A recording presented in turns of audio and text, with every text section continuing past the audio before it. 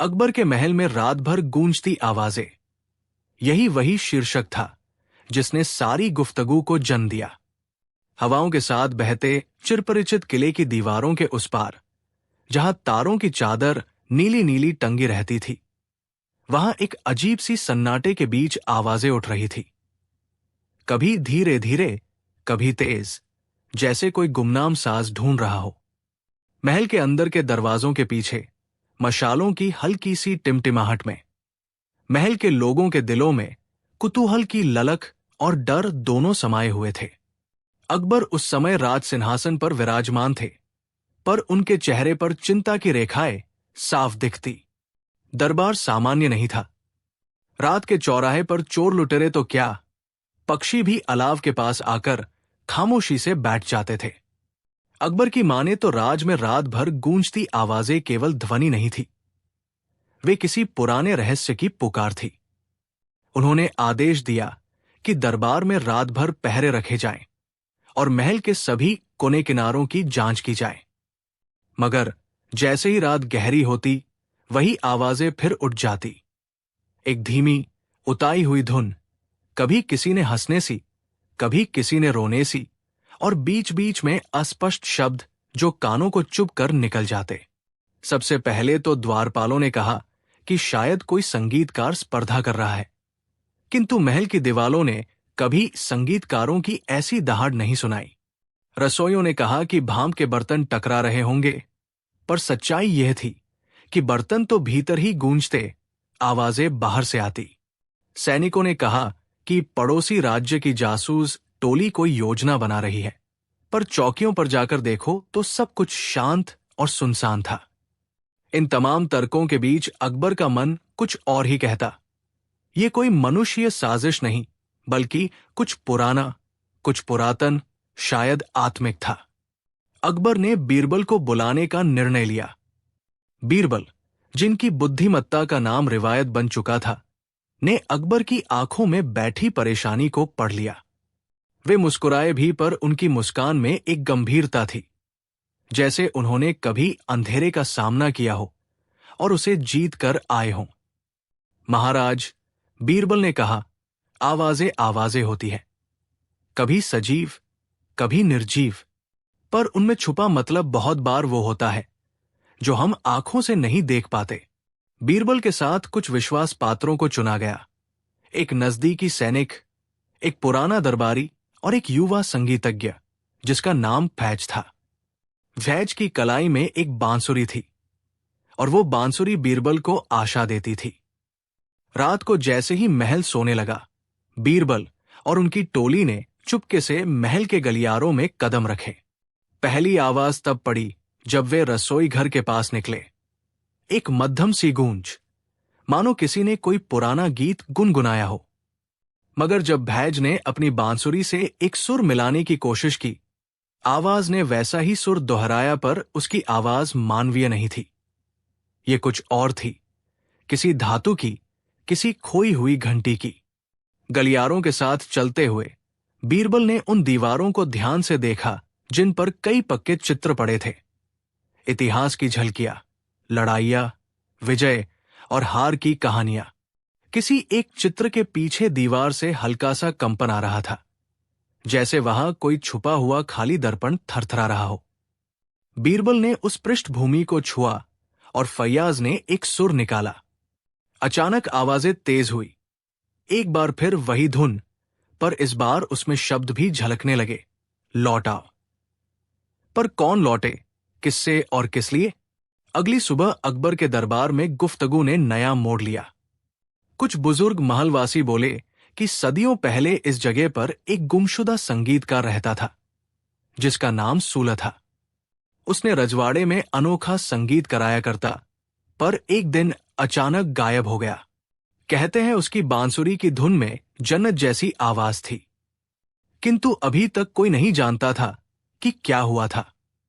बीरबल ने आज ही की बात मानते हुए कहा, महाराज, इतिहास चुप नहीं रहता। वो दिल में बैठा हुआ एक सुर है जो बार बार निकल आता है जब कोई उसे सुनने को तैयार होता है। अकबर ने निर्दिष्ट किया कि उसी रात बीरबल फिर से महल में इन्वेस्टिगेशन करे, पर साथ ही उन्होंने कुछ वरिष्ठ सैनिकों को भी निर्देश दिए कि किसी भी अप्राकृतिक घटना पर कड़ी निगरानी रखी जाए। रात आ गई और महल में फिर वही सन्नाटा छा गया, लेकिन बीरबल ने इस बार तैयारियां ज्यादा सावधानी से की। उनके साथ कुछ चिराग, ताम्र के छोटे आईने और एक पुराना नोटबुक था जिसमें कब और कहां आवाजें सुनी गईं, वो सब दर्ज किया जा रहा था। वो रात बीरबल ने महल के अत्यंत पुराने हिस्सों की खोज की, जहां दीवारों पर गुफ्तगू से ज्यादा चिपके निशान थे। वहां एक छोटा सा कक्ष था, पहले जिसे राजगुप्त कक्ष कहा जाता था। बीरबल जैसे ही उस कक्ष के अंदर कदम रखे, हवा का तापमान अचानक बदल गया। हल्की सी ठंड ने उनकी त्वचा पर जैसे रेखाएं खींच दी। उस कमरे के बीचों बीच एक थका हुआ पट्टा रखा था और उसके पास बिखरी हुई कुछ पत्तियां। पर पत्तियां किसकी, कौन लाया? बीरबल ने नोटबुक निकाली और पत्तियों पर कुछ पर्यवेक्षण कर दिखलाया। फैयाज ने बांसुरी उठाई और हवा की ओर धीरे धीरे सुर उड़ाए। सुर ने उत्तर दिया। इस बार आवाज ने न केवल लौट आओ कहा, बल्कि जैसे किसी गहरे विरह की कहानी सुनाई। मेरे सुर बिखर गए, मेरा घर सुनसान। बीच बीच में आवाज ने कुछ और भी कहा। तुमने समझा नहीं, तुमने देखना छोड़ा, कह दो। बीरबल ने अपनी सूझबूझ और ज्ञान दोनों को मेज पर रखा। उन्होंने कहा, शायद ये आवाज किसी अधूरी दास्ता की प्रतिध्वनि है, जो कभी अनकहे शब्द को अपने भीतर रख गया हो। आत बीरबल ने तय किया कि इस बार भीतर जाकर इस आवाज के स्रोत को सीधे पूछना होगा। वे मुखौटे नहीं पहनकर खुले मन के साथ उस कमरे के मध्य में खड़े हुए और बोले, जो भी हो, खुले दिल से बताओ, तुम्हें क्या चाहिए? एक हल्की सी शीतल हवा उठी और उसके साथ फर्श पर कुछ चमकदार धूप के निशान उभर आए। फिर आवाज कुछ धीमी हुई, जैसे किसी ने धीरे से सिसक कर अपने नाम पुकारा हो। सूलह। बीरबल की आंखों में चमक आ गई। सूलह? उन्होंने फैयाज से पूछा। फैयाज ने सिर हिलाया। वो नाम वो भी सुना करता था, एक पुरानी दास्ता में। बीरबल बोले, अगर तुम सच में सुलह की आत्मा हो, बताओ तुम क्यों चुप बैठे हो? क्या तुम्हें न्याय चाहिए या शांति? क्या तुम चाहोगे कि तुम्हारी गायब हुई कहानी सुनवाई जाए? आवाज ने एक लंबा ठहराव किया, फिर धीरे से कहा, न्याय नहीं, स्मरण। उस शब्द में ऐसे भाव छिपे हुए थे जो किसी का अपमान, किसी का भरोसा टूटना, किसी का अधूरा प्रेम, सब कुछ किसी एक पत्थर की तरह सिमट कर आ गए। बीरबल ने महसूस किया कि ये कोई साधारण आत्मा नहीं, ये किसी संवेदनशील रूह की प्रतिध्वनि है जिसे उसके अपने ही लोगों ने भुला दिया था। बीरबल ने तब अकबर के कागजात में खोद कर देखा, पुराने टाइम टेबल और संगीत के कार्यक्रम। वहां कुछ पेज ऐसे निकले जिनमें एक रात वाली सूची थी, सूलह की प्रस्तुति का समय और उसके बाद एक धुंधली सी अंगुलियों से लिखी टिप्पणी। सूलह ने राजसी धुन में बदलाव की कोशिश की, पर श्रोताओं ने उसे न समझा। बीरबल ने समझ लिया कि सूलह को राजसंज्ञा का अपमान झेलना पड़ा था।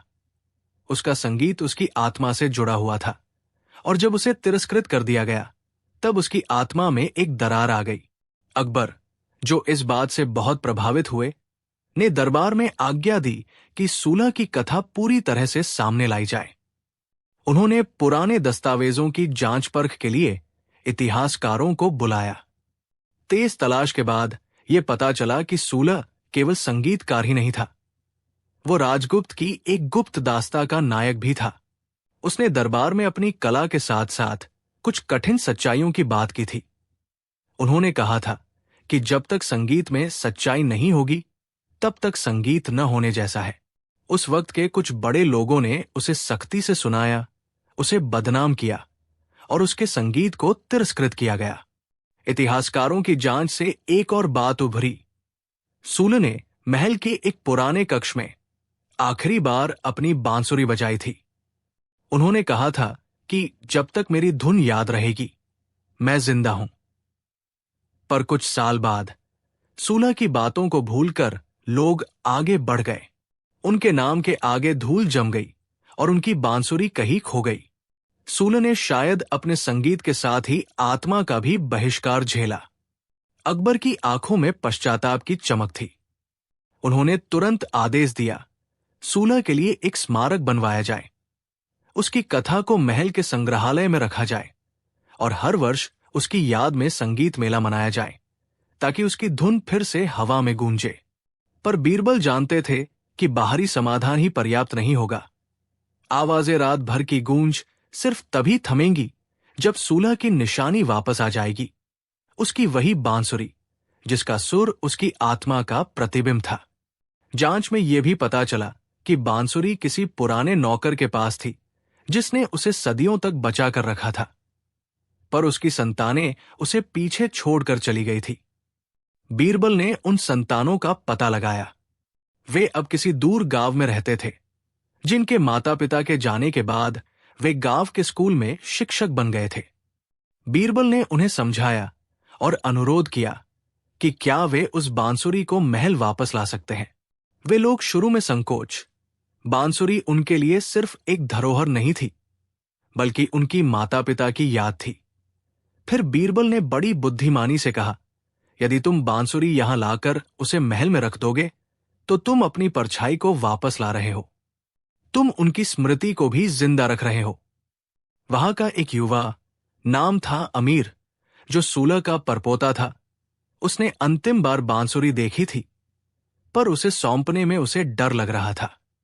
क्या अगर बांसुरी छोड़ दी तो उनकी याद मिट जाएगी? पर बीरबल ने कहा, यादें तब तक जीवित रहती हैं जब उनका संगीत हवा में गूंजता है।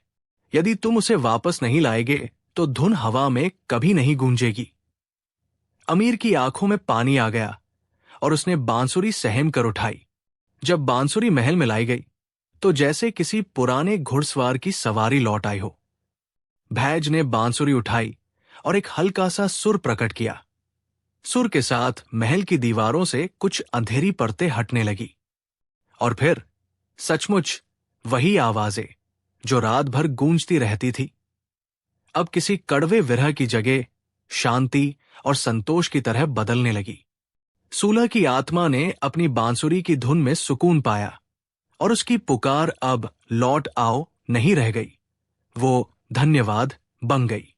अकबर ने उस दिन पूरे महल का आभार प्रकट किया।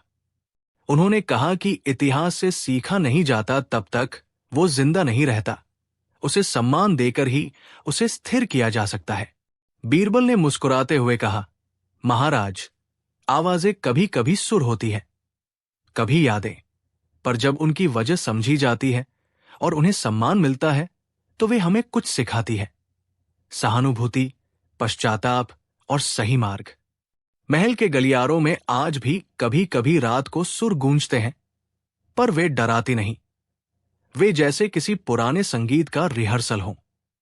फैयाज हर साल सूला के मेले में अपनी बांसुरी बजाने जाता और अमीर अब वहां शिक्षक के रूप में नहीं, बल्कि एक संगीतज्ञ के वंशज के रूप में आता। बच्चों को वो सूला की कथा सुनाता और हर बार जब बांसुरी की पहली तान निकलती तो महल के बुजुर्गों की आंखों में नम रोशनी चमक उठती। ये नम रोशनी किसी गम की नहीं, बल्कि स्मृति की गर्माहट की थी। समय ने फिर वही चक्र पूरा किया। महल ने नई नई कहानियां देखी, पर एक बात सदा रही कि आवाजें तभी तक डराती है जब उन्हें भुला दिया जाए। जब सम्मान और समझ आती है तो आवाजें मार्गदर्शक बन जाती हैं। कई सालों के बाद एक युवा राजकुमार ने अकबर से पूछा, महाराज, क्या सचमुच रात को आवाजें महल में गूंजती थी? अकबर ने हंसकर कहा, हां, पर वे डराने के लिए नहीं थी। वे हमें याद दिलाने आई थी कि हम किसी की कला को दुर्लभ समझकर उसे खो न दें। राजकुमार ने पूछा, और क्या हुआ उस गुमशुदा संगीतकार का? अकबर ने आंखें बंद करके कहा, वो गीत बनकर हमारे साथ रहता है। उसकी तान में अब कोई शिकायत नहीं, सिर्फ स्मरण और शांति का गीत है। कहानी का अंतिम पन्ना भी कुछ अजीब था, जैसे कोई हवा में कोई धुन बजती है और लोग उसे सुनकर मुस्कुराते हैं, फिर लौटकर अपने कामों में लग जाते हैं। महल की रातें अब उन आवाजों से नहीं डरी थी, वे उन आवाजों को अपना मित्र मान चुकी थी। बीरबल जब कभी महल के कोनों में चलते, वो मुस्कुरा कर कहते, कहा कोई रहस्य, कहा समझ। आवाजें बस वही है जो हम सुनने देते हैं, और इसलिए जब भी तुम कभी सुनो कि किसी पुरानी इमारत में रात भर आवाजें गूंजती हैं, तो डरना मत। हो सकता है वो कोई याद हो जो तुम्हें कुछ बताना चाहती हो, किसी कलाकार की अधूरी तान, किसी वीर की आखिरी पुकार, या किसी मां की गुमशुदा हंसी। इसे सुनो, समझो और उसे सम्मान दो, क्योंकि आवाजें तब तक घूमती रह जाती हैं जब तक उन्हें माना न जा सके। जब उन्हें मान लिया जाता है, तब वे एक शांत, मीठी धुन बनकर हवा में विलीन हो जाती है, और महल फिर वही रहता है जहां इंसान और उनकी यादें एक साथ बैठकर चाय पीते हैं, बातें करते हैं और रात के सन्नाटे में भी मुस्कुराते हैं। शाही दरबार में गूंज रही थी एक अनकही व्यथा, उन तीनों राजकुमारों की लड़ाई जिसने अकबर के राज्य में चिंता की लकीरें खींच दी थी। वे तीनों भाई जो बचपन से साथ पाले में पढ़े थे, अब बड़े होते होते अलग अलग मतों पर आ गए थे। बड़ा राजकुमार अर्जुन था गंभीर, नीति नियमों का पक्का, चुनी हुई बातें सुविचारित बोलता। मझला विक्रम था वीर, जिससे दंगल और निर्णय लेने में झटपट साहस झलकता। सबसे छोटा नवीन था कोमल हृदय का, कलात्मक और लोगों के दुख को तुरंत समझ जाने वाला। राज सिंहासन की वारिसी की बात पर हर राजा को अपने तरह के वंशजों की कामना थी, पर अकबर ने चाहा कि जो भी राज्य संभाले वो पूरे राज्य का भला करे, न कि केवल अपने स्वभाव का पालन। पर सवाल था, भला कैसे तय करें कि कौन योग्य है? कुछ महीनों से तीनों के बीच तकरार बढ़ती जा रही थी। विवाद मामूली बातों से शुरू हुआ, किसका अभियान ज्यादा लाभकारी है, किसका दर्शन राज्य के लिए उपयुक्त, पर धीरे धीरे ये घमासान भावनात्मक हो गया। दरबार के कुछ सलाहकार भी राजकाज के बीच झूल गए, किसको सहारा दें, किसके पक्ष में बहस करें। हर कोई अपने अपने आधार पर राय दे रहा था। अकबर ने देखा कि ये लड़ाई बंधुत्व के भाव को छेदन कर रही थी। महल का माहौल बदल रहा था, हंसी कम, सावधानी अधिक हो गई थी। महाराज ने सोचा कि ऐसे समय में एक तटस्थ, बुद्धिमान हस्ती की जरूरत है, और कौन बेहतर हो सकता था बीरबल से, जो सरल पर मुश्किल, हास्य में पर गंभीर सत्य बतलाने में माहिर थे। एक शाम अकबर ने दरबार बुलाया और कहा, बीरबल, तुम्हें तीनों राजकुमारों को एक साथ लाना होगा, न केवल बाहरी रूप से बल्कि उनके मन के विश्वास को भी। बताओ कैसे? बीरबल ने अपनी चिरपरिचित मुस्कान दी और कहा, महाराज, कहने में तो आसान है पर करने में थोड़ा सूझ समझ चाहिए। कल दरबार में एक मेला रखिए, पर वो सामान्य मेला नहीं होगा। मैं एक ऐसा परीक्षण करूंगा कि बच्चों की आपसी आवाजें फिर से तालमेल में बजने लगे। अकबर ने जिज्ञासा से पूछा, क्या तरह का परीक्षण? बीरबल ने हाथ जोड़कर कहा, वो तो मर्म में है महाराज। कल सबको बुलाइए, राजकुमारों को, वरिष्ठ रहने वालों को, और फिर समय आने पर सब कुछ आप ही देखेंगे। अकबर ने मंजूरी दे दी, पर मन में एक आशंका लिए कि क्या बीरबल वास्तव में तीनों के मतभेद सुलझा पाएंगे। बीरबल को कैसे पता था कि कौन सा धागा पकड़े? दूसरे दिन महल में रंग बिरंगा मेला लगा, पर इस मेले में झूले, मिठाई और गीतों के साथ साथ कुछ अनोखे खेल भी रखे गए थे। ऐसे खेल जिनमें बुद्धि, साहस और करुणा तीनों का सम्मिलन हो। बीरबल ने ध्यानपूर्वक हर खेल की रचना की थी ताकि तीनों राजकुमारों के चरित्र को परखा जा सके, पर असली मकसद उन्हें अलग अलग स्थानों पर न बांटकर जोड़ना था। पहले खेल में हर राजकुमार को एक एक टुकड़ा दिया गया, एक पंथी नक्शा जिस पर शहर के भीतर छिपे 3 महत्वपूर्ण चिन्ह चिन्हित थे: सुदृढ़ पुल, जनकुआं और पुराना पुस्तकालय। चुनौती थी कि प्रत्येक राजकुमार को चयनित चिन्हों पर जाकर वहां की समस्या का समाधान करना होगा और वापस आकर अपने अनुभव साझा करना होगा। पर नियम ऐसे बनाए गए कि प्रत्येक को अकेले ही नहीं पर साथ मिलकर काम करना होगा, क्योंकि प्रत्येक चिन्ह तक पहुंचने का रास्ता अलग अलग बाधाओं से भरा था, जिनमें चाहे साहस हो, चाहे चारित्रिक बुद्धि और रोमांटिक सहानुभूति, तीनों की आवश्यकता थी। अर्जुन ने कहा कि ये तो केवल रणनीति का खेल है, यंत्रवत नियम और गणना से सब कुछ होगा। विक्रम ने चुनौती स्वीकारी, कहकर कि उसे तो प्रतिद्वंद्वी पर विजय का आनंद है। नवीन ने कुछ संकोच में हाँ की, पर उसकी आंखों में उदासी थी, क्योंकि उसे डर था कि किस तरह इन कठोर परीक्षाओं में उसका कोमल दिल टिकेगा। बीरबल चुपचाप मुस्कुरा रहे थे। उन्हें पता था कि असली परीक्षा रास्ते में नहीं पर वापस आने पर होगी, जब वे अपने कामों के फल सामने रखेंगे। पहला चिन्ह था सुदृढ़ पुल, जो नगर के पिछड़े हिस्से से लगाकर मुख्य बाजार तक जाता था, पर अब जर्जर था और हर भारी बस्ती से गुजरते समय उसका डोलना खतरनाक हो गया था। वहां के लोगों की रोजी का बड़ा हिस्सा पुल पर ही निर्भर था। अर्जुन ने पहले पहल कर ली। उसने सोच समझकर काम बांटा, मजदूरों से मार्गदर्शन लिया, पर जब उसने भारी लकड़ी और पत्थर उठवाने के लिए फौज के सैनिक मंगवाए, तो शहर वालों ने तड़प कर कहा, ये हमारा काम है, हमारे बिना तुम ये पुल बनवाकर हमें क्या दे रहो। अर्जुन ने बुरा माना, पर उसने जीवंत उदाहरण दिखाने के लिए फौज के छठे सैनिकों से भीड़ में शामिल करवा दिया। काम तो पूरा हुआ, पर लोग महसूस कर रहे थे कि ये बाहरी शक्ति का आदेश है, उनका सहयोग नहीं। विक्रम ने साहस दिखाया। उसने खुद से रस्सियों से कुछ कटे 3 भागों में पुल का एक व्यापक हिस्सा ठीक किया, कई बार खतरनाक जगहों पर चढ़कर।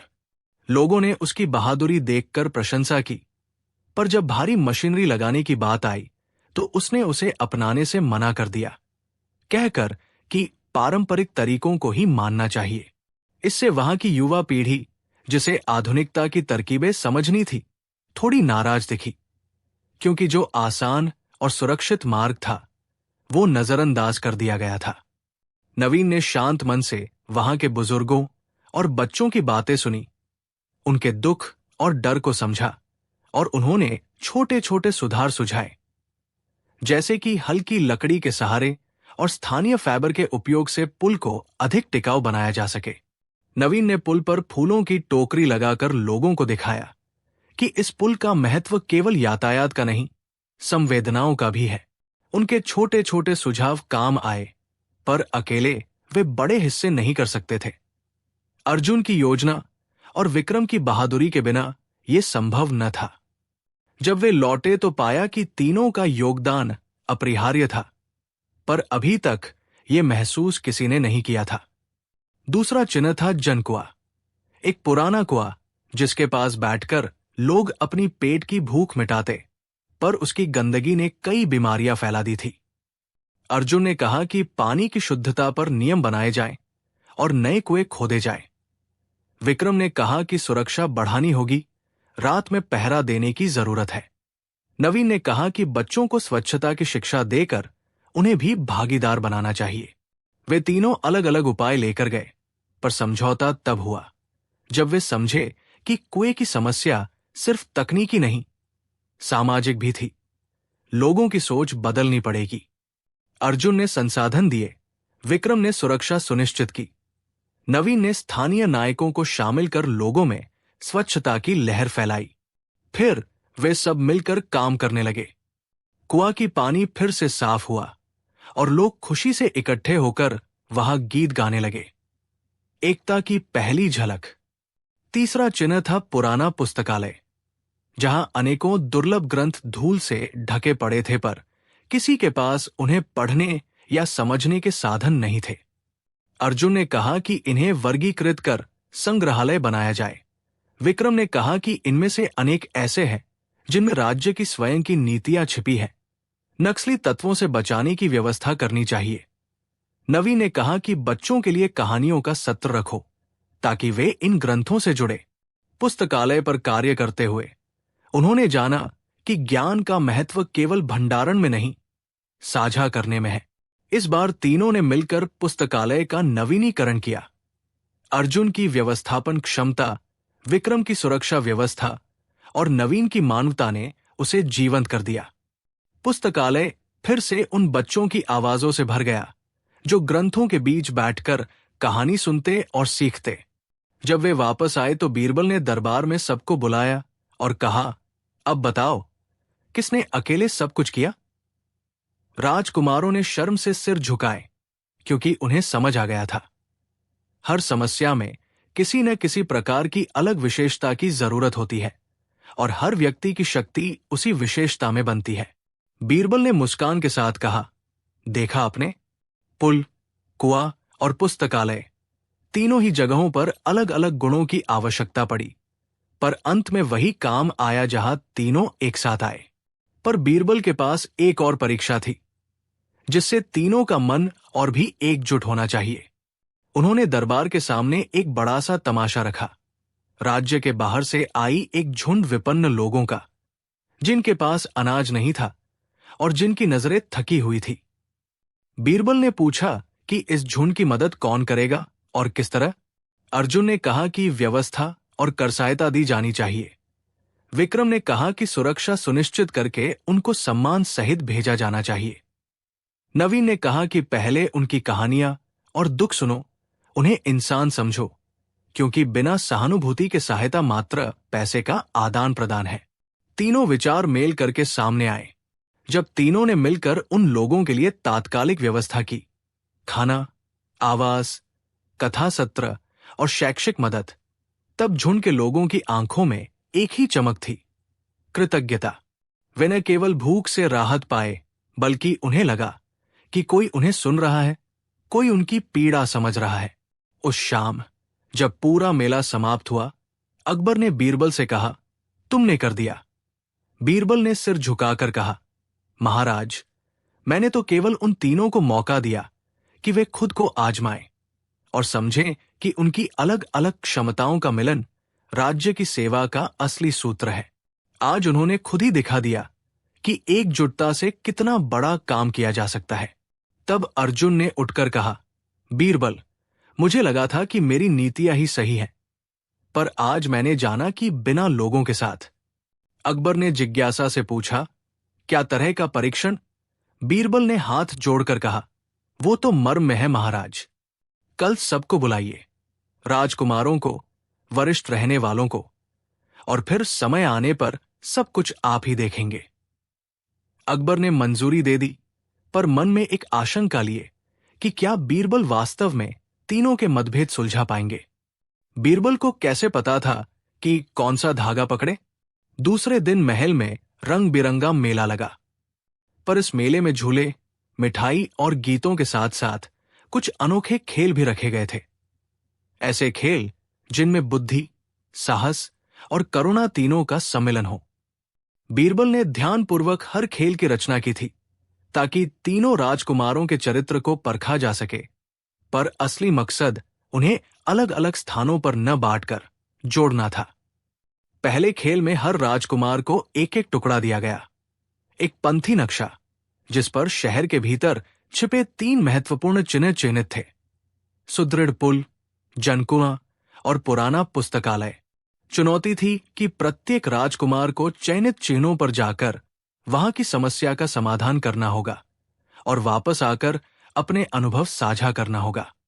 पर नियम ऐसे बनाए गए कि प्रत्येक को अकेले ही नहीं पर साथ मिलकर काम करना होगा, क्योंकि प्रत्येक चिन्ह तक पहुंचने का रास्ता अलग अलग बाधाओं से भरा था, जिनमें चाहे साहस हो, चाहे चारित्रिक बुद्धि और रोमांटिक सहानुभूति, तीनों की आवश्यकता थी।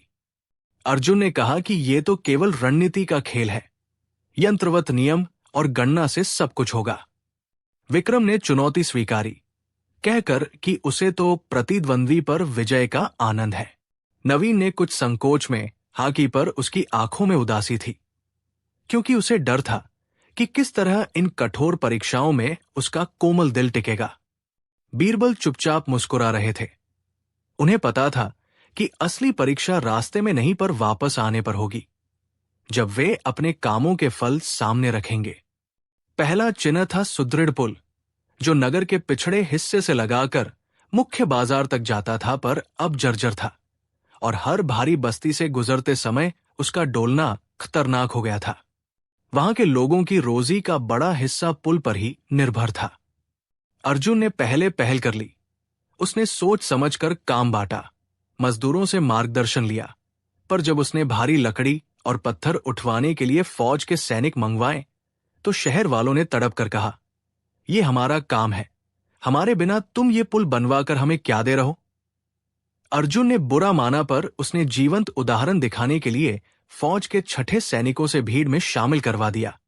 काम तो पूरा हुआ, पर लोग महसूस कर रहे थे कि ये बाहरी शक्ति का आदेश है, उनका सहयोग नहीं।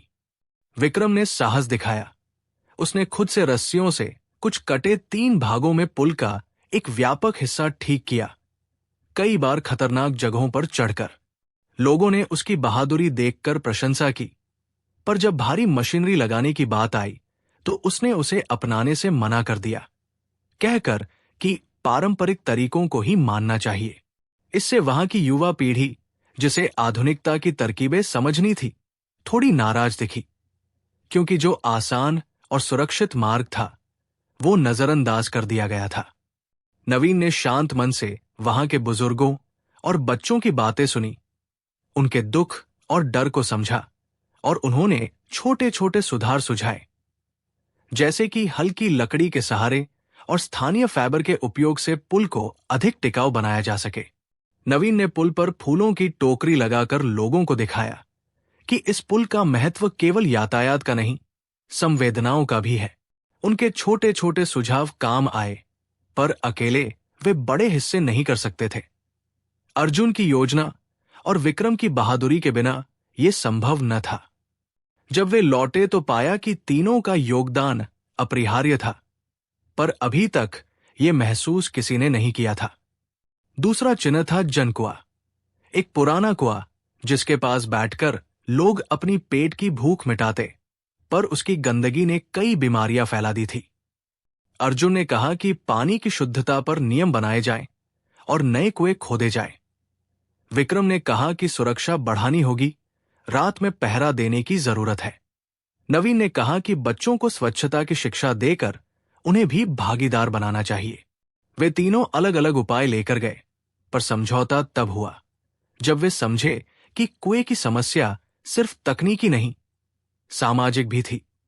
लोगों की सोच बदलनी पड़ेगी। अर्जुन ने संसाधन दिए, विक्रम ने सुरक्षा सुनिश्चित की, नवीन ने स्थानीय नायकों को शामिल कर लोगों में स्वच्छता की लहर फैलाई।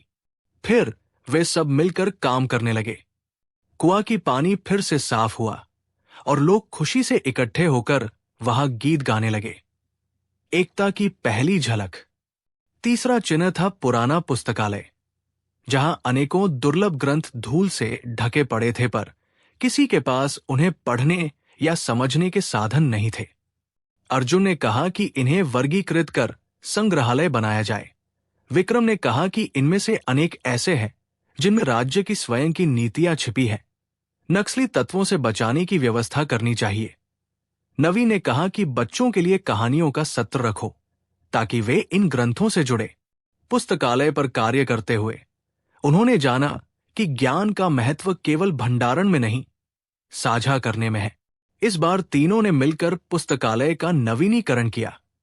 अर्जुन की व्यवस्थापन क्षमता, विक्रम की सुरक्षा व्यवस्था और नवीन की मानवता ने उसे जीवंत कर दिया।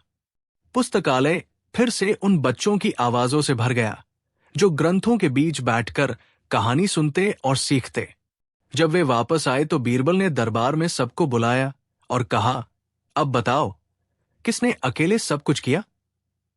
राजकुमारों ने शर्म से सिर झुकाए, क्योंकि उन्हें समझ आ गया था हर समस्या में किसी न किसी प्रकार की अलग विशेषता की जरूरत होती है और हर व्यक्ति की शक्ति उसी विशेषता में बनती है। बीरबल ने मुस्कान के साथ कहा, देखा आपने, पुल, कुआं और पुस्तकालय, तीनों ही जगहों पर अलग अलग गुणों की आवश्यकता पड़ी, पर अंत में वही काम आया जहां तीनों एक साथ आए। पर बीरबल के पास एक और परीक्षा थी, जिससे तीनों का मन और भी एकजुट होना चाहिए। उन्होंने दरबार के सामने एक बड़ा सा तमाशा रखा, राज्य के बाहर से आई एक झुंड विपन्न लोगों का, जिनके पास अनाज नहीं था और जिनकी नजरें थकी हुई थी।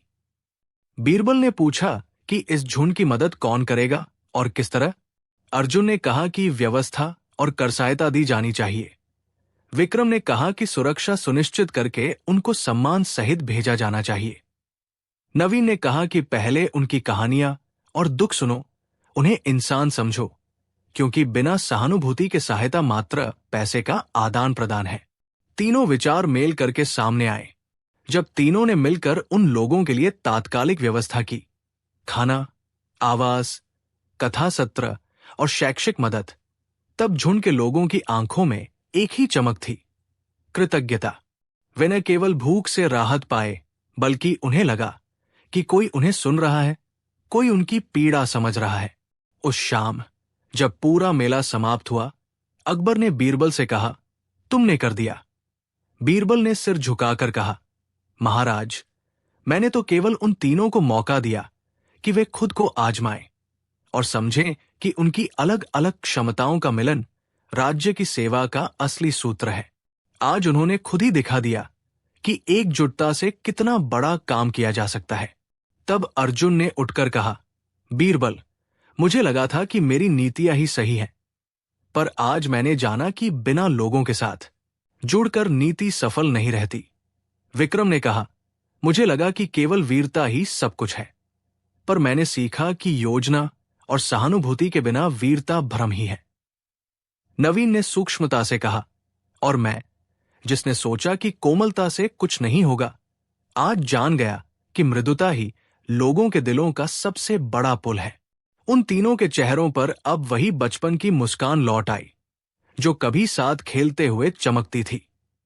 वे एक दूसरे को देखकर हंसे और बिना किसी समरण के गले मिले। एक ऐसा दृश्य था जिसने पूरे दरबार को द्रवित कर दिया। अकबर ने उनकी एकता की शपथ ली और घोषणा की कि राज्य का शासन तीनों के संयुक्त सलाह से चलेगा। प्रत्येक को उसकी विशेष क्षमता के अनुसार जिम्मेदारी दी जाएगी। अर्जुन को प्रशासन और नीति, विक्रम को सुरक्षा और सीमा व्यवस्था, नवीन को कला, शिक्षा और जन कल्याण।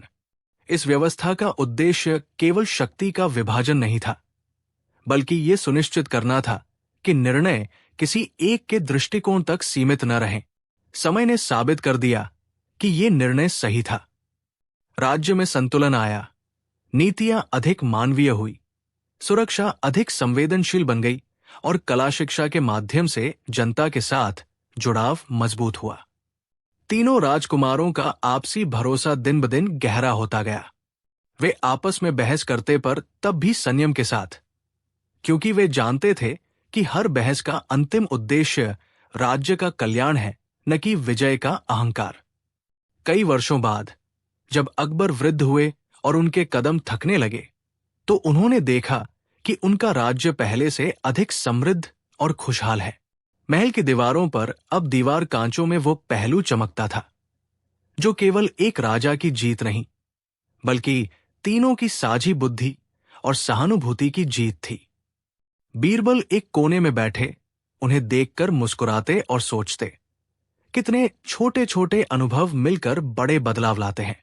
वे जानते थे कि असली काम तो लोगों के दिलों में हुआ था, जहां तीनों राजकुमारों ने न केवल शासकीय निर्णय में आपसी मेल पाया, बल्कि जीवन के प्रति एक नई समझ भी विकसित की।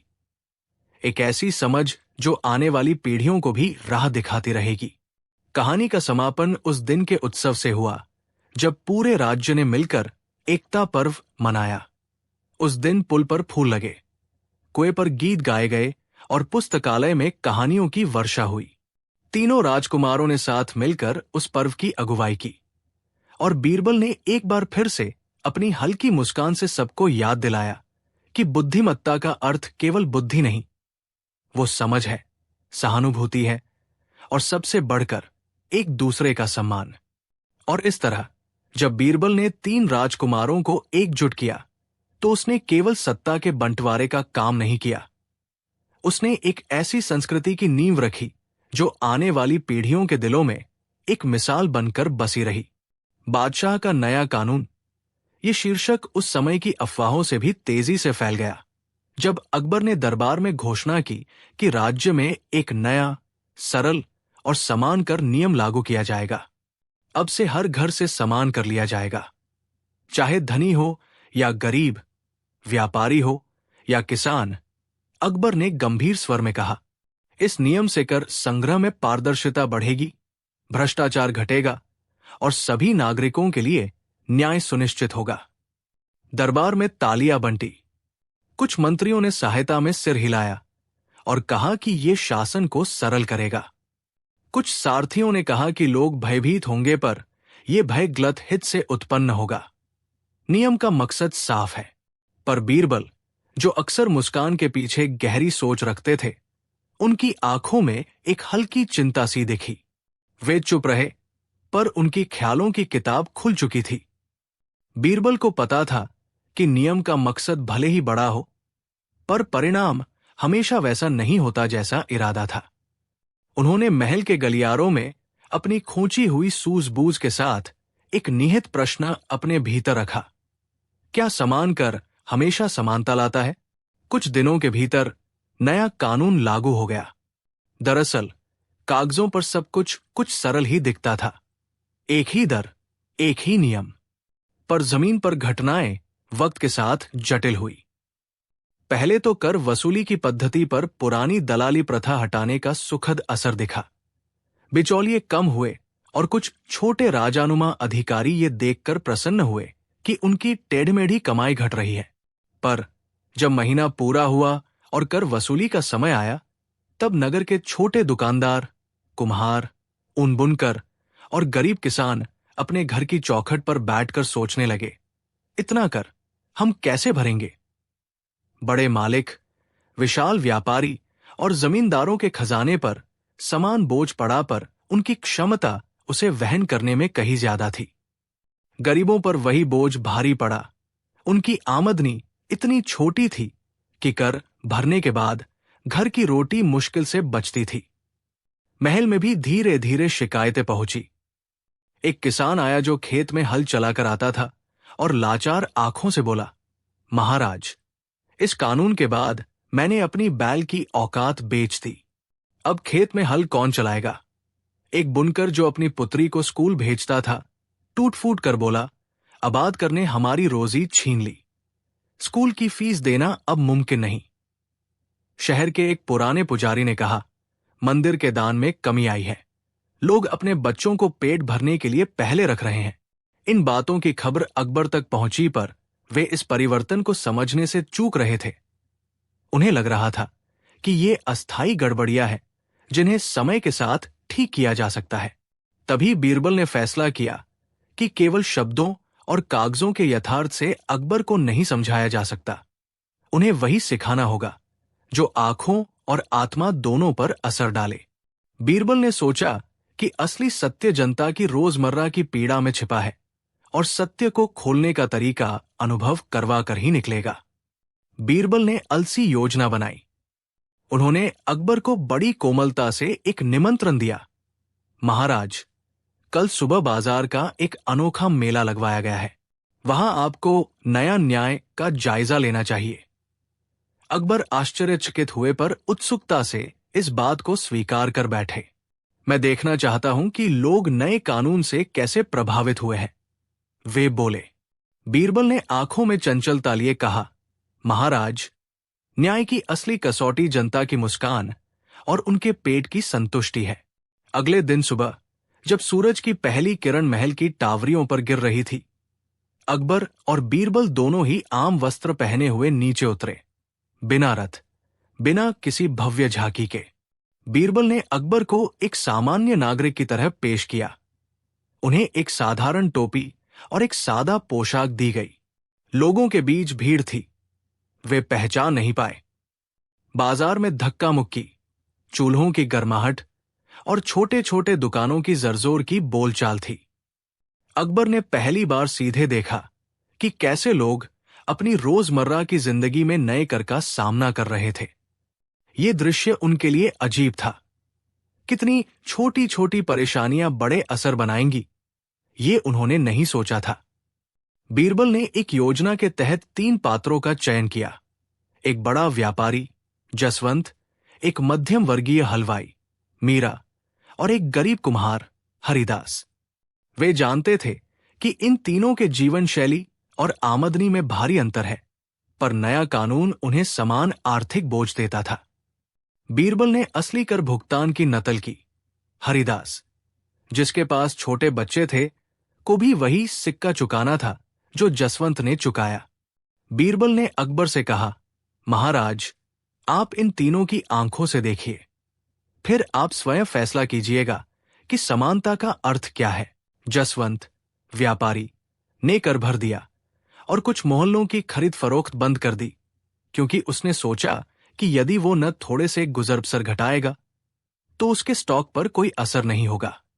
मीरा ने थोड़ी सी मिठाई बेचकर भरने की कोशिश की, पर उससे उसे अपनी बेटी की दुलार के लिए बचत कटनी पड़ी।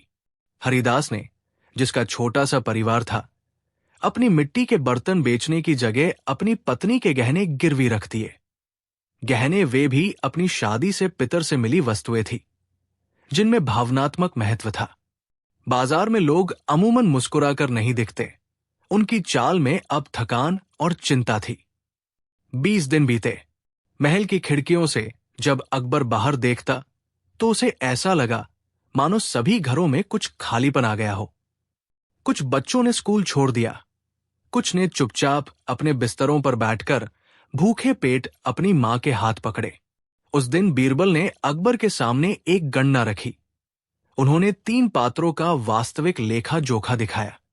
जसवंत की कुल आमदनी का 5वां हिस्सा कर के रूप में गया, और फिर भी उसकी फैक्ट्री और व्यापार के साधन बच गए। मीरा की आमदनी उसी कर से आधी रह गई और उसे अपने कारके की उधारी देर से चुकानी पड़ी। पर हरिदास तो वही रहा। कर भरने के बाद उसने खाना कम कर दिया, बच्चों की पढ़ाई रोकी और अपनी गहने गिरवी रख दिए। उसकी जिंदगी का संस्कार ही बदल गया। बीरबल ने शांत स्वर में कहा, महाराज, समान बोझ का अर्थ समान परिणाम नहीं होता। क्या यही न्याय है? अकबर की आंखों में चिंता सिर उठा गई, पर बीरबल ने कहा कि केवल आकर्षक समस्या बताना ही पर्याप्त नहीं, समाधान भी सुझाना होगा। उन्होंने दरबार में एक नाटकीय प्रदर्शन की सिफारिश की, पर यह प्रदर्शन किसी रंगमंच जैसा न था, ये असली था। बीरबल ने घोषणा की कि अगले हफ्ते महल के प्रांगण में राज्य की परीक्षा रखी जाएगी, जिसमें हर तबके के लोगों को अपनी कठिनाइयां सामने रखनी होंगी। अकबर ने अनुमति दे दी, पर कुछ मंत्री चिढ़े। उन्हें लगा कि यह शासन की गरिमा को चोट पहुंचा सकता है। पर बीरबल ने कहा, महाराज, गरिमा सत्य से बड़ी नहीं होती, सच बोलने से ही सच्ची गरिमा आती है। जब प्रदर्शनी का दिन आया तो गावनगर से लोग आए। उन्होंने अपने अपने बर्तनों, वस्तुओं और कहानियों के साथ खड़े होकर बतलाया कि नया कानून किस तरह उनकी रोजमर्रा की रोटी, शिक्षा और आशाओं को प्रभावित कर रहा है। एक वृद्ध महिला ने कहा कि अब बच्चों के लिए कहा गया राशन कम पड़ रहा है। एक युवा ने कहा कि उसने अपने बुनाई के काम को छोड़ दिया क्योंकि कच्चा माल महंगा पड़ता जा रहा है। एक नर्स ने बताया कि लोगों की सेहत पर असर आया है क्योंकि वे सस्ती और जल्दी न मिलने वाली चीजों की तरफ जा रहे हैं। हर आवाज जैसे एक एक तीर की तरह सीधे राजा के हृदय तक जाती। अकबर ने पहली बार महसूस किया कि शासन के कागजों में लिखे नियम उनके लोग की जिंदगी के सामने नाच रहे हैं। बीरबल ने फिर अपनी आखिरी चाल चली। वे दरबार में एक छोटा सा खेल रखना चाहते थे, पर इस खेल में आर्थिक गणित था। उन्होंने अकबर से कहा, महाराज, मैं आपको एक नमूना दिखाऊंगा। मान लीजिए कि आप प्रतिदिन एक ही भोजन खाते हैं, पर आपके पास 3 तालियां हैं, एक सोने का, एक चांदी का और एक काष्ठ का। यदि आप हर तालिका से समान कर ले तो सोने के तालिका पर असर नगण्य होगा, पर काष्ठ की तालिका पर वो प्रभाव विनाशकारी होगा। न्याय वही है जो असर के अनुसार समान हो, न कि मात्र अंक के अनुसार। अकबर ने सिर हिलाया, पर अब उनके भीतर सवाल का तपोरन बढ़ चुका था। अंततः अकबर ने घोषणा की कि कानून पर पुनर्विचार किया जाएगा। उन्होंने बीरबल के सुझाए कुछ संशोधनों को अपनाया।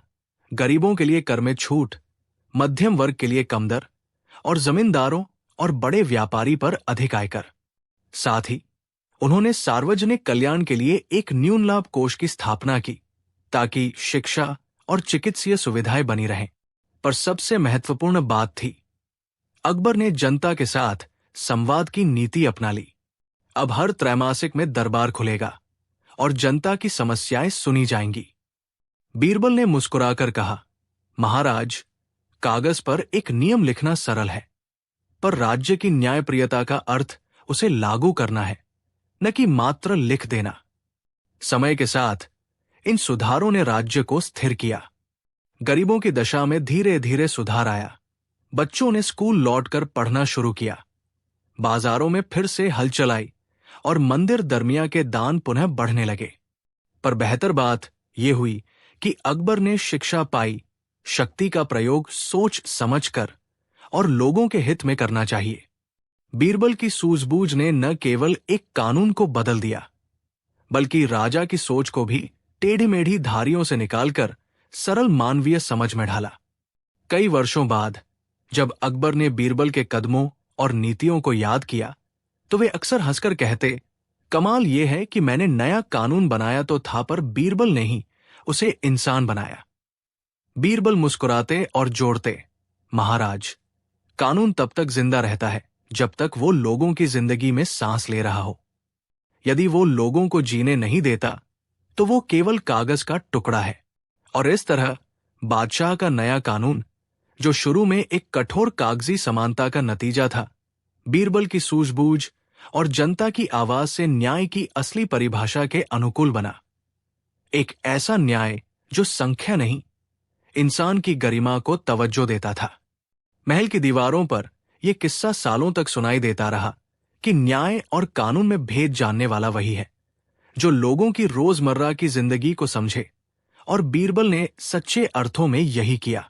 जसवंत, व्यापारी, ने कर भर दिया और कुछ मोहल्लों की खरीद फरोख्त बंद कर दी, क्योंकि उसने सोचा कि यदि वो न थोड़े से गुजर-बसर घटाएगा तो उसके स्टॉक पर कोई असर नहीं होगा।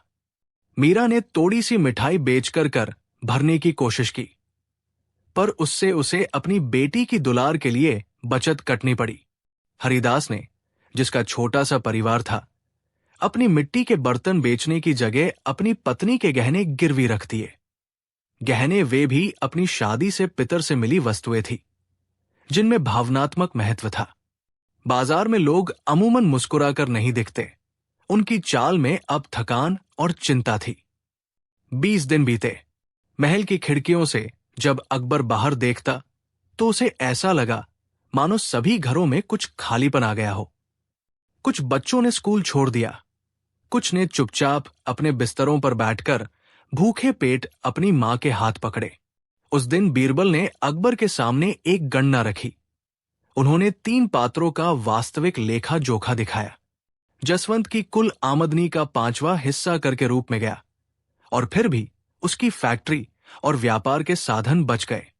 मीरा की आमदनी उसी कर से आधी रह गई और उसे अपने कारके की उधारी देर से चुकानी पड़ी। पर हरिदास तो वही रहा। कर भरने के बाद उसने खाना कम कर दिया, बच्चों की पढ़ाई रोकी और अपनी गहने गिरवी रख दिए। उसकी जिंदगी का संस्कार ही बदल गया। बीरबल ने शांत स्वर में कहा, महाराज, समान बोझ का अर्थ समान परिणाम नहीं होता। क्या यही न्याय है?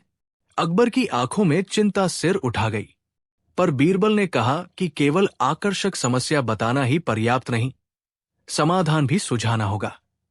उन्होंने दरबार में एक नाटकीय प्रदर्शन की सिफारिश की, पर यह प्रदर्शन किसी रंगमंच जैसा न था, ये असली था।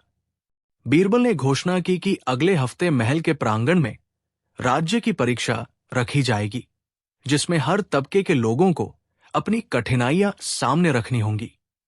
अकबर ने अनुमति दे दी, पर कुछ मंत्री चिढ़े। उन्हें लगा कि यह शासन की गरिमा को चोट पहुंचा सकता है। पर बीरबल ने कहा, महाराज, गरिमा सत्य से बड़ी नहीं होती, सच बोलने से ही सच्ची गरिमा आती है। जब प्रदर्शनी का दिन आया तो गावनगर से लोग आए।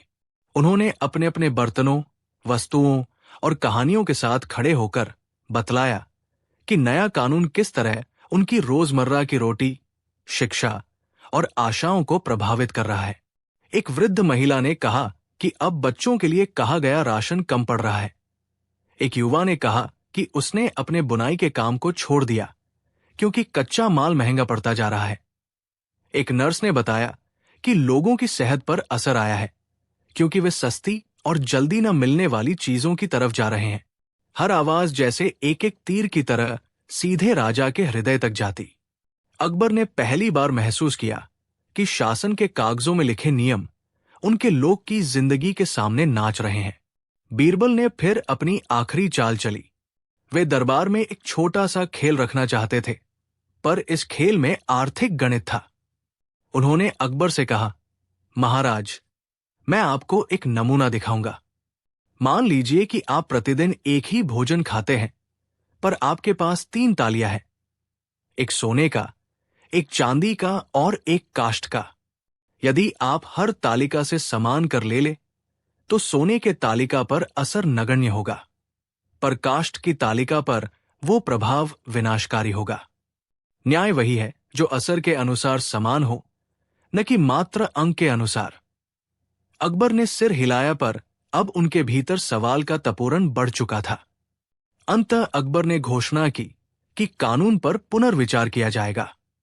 उन्होंने बीरबल के सुझाए कुछ संशोधनों को अपनाया। गरीबों के लिए कर में छूट, मध्यम वर्ग के लिए कम दर और जमींदारों और बड़े व्यापारी पर अधिक आयकर। साथ ही उन्होंने सार्वजनिक कल्याण के लिए एक न्यून लाभ कोष की स्थापना की, ताकि शिक्षा और चिकित्सीय सुविधाएं बनी रहें। पर सबसे महत्वपूर्ण बात थी, अकबर ने जनता के साथ संवाद की नीति अपना ली। अब हर त्रैमासिक में दरबार खुलेगा और जनता की समस्याएं सुनी जाएंगी। बीरबल ने मुस्कुराकर कहा, महाराज, कागज पर एक नियम लिखना सरल है, पर राज्य की न्यायप्रियता का अर्थ उसे लागू करना है, न कि मात्र लिख देना। समय के साथ इन सुधारों ने राज्य को स्थिर किया। गरीबों की दशा में धीरे धीरे सुधार आया। बच्चों ने स्कूल लौटकर पढ़ना शुरू किया। बाजारों में फिर से हलचल आई और मंदिर दरमिया के दान पुनः बढ़ने लगे। पर बेहतर बात यह हुई कि अकबर ने शिक्षा पाई, शक्ति का प्रयोग सोच समझकर और लोगों के हित में करना चाहिए। बीरबल की सूझबूझ ने न केवल एक कानून को बदल दिया, बल्कि राजा की सोच को भी टेढ़ी मेढ़ी धारियों से निकालकर सरल मानवीय समझ में ढाला।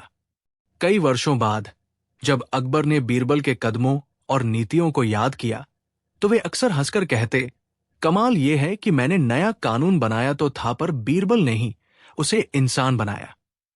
बीरबल मुस्कुराते और जोड़ते, महाराज, कानून तब तक जिंदा रहता है जब तक वो लोगों की जिंदगी में सांस ले रहा हो। यदि वो लोगों को जीने नहीं देता, तो वो केवल कागज का टुकड़ा है। और इस तरह बादशाह का नया कानून, जो शुरू में एक कठोर कागजी समानता का नतीजा था, बीरबल की सूझबूझ और जनता की आवाज से न्याय की असली परिभाषा के अनुकूल बना। एक ऐसा न्याय जो संख्या नहीं, इंसान की गरिमा को तवज्जो देता था।